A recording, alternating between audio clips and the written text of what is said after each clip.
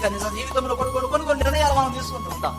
ఆ నిర్ణయం తీసుకునేంత వరకు ఎంతో ఆశ, ధైర్యము, నమ్మకము, విశ్వాసము ఎంతో బలమైనదిగా ఉంటుంది. కానీ ఆ నిర్ణయం తీసుకున్న తర్వాత ఏమవుతుందో తెలియదు. ఆ నమ్మకము, ఆ ధైర్యము, ఆ విశ్వాసము ఏ విధంగా మనుషుని యొక్క జీవితం నుండి పోతుందో తెలియదు. కానీ ఆ స్థితి మరలా తన యొక్క పాత జీవితం వైపే మలచబడే స్థితిలోనికి వస్తుంది.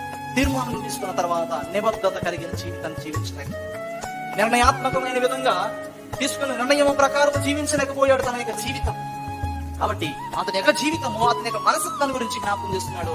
ఆవేశంతో తీసుకునే ఏ నిర్ణయమైనా అతని యొక్క జీవితంలో దాని వలన సంపూర్ణమైన నిబద్ధత కలిగిన కార్యములు గాని, పనిని గాని ఏమాత్రమును కూడా చేపట్టలేదు. అది కొన్ని క్షణాలకో, అది కొన్ని గంటలకో, లేక కొన్ని రోజులకు మాత్రమే పరిమితి అవుతుంది తప్ప, ఆవేశముతో తీసుకునే ఏ నిర్ణయమైనా, ఆధ్యాత్మికమైన జీవితంలోనైనా, శారీరకపరమైనటువంటి జీవితంలోనైనా, ఏ విషయంలోనైనా కానీ ఆవేశపూరితమైన నిర్ణయము నిన్ను సంపూర్ణమైన విధంగా ఎదగనివ్వకుండా,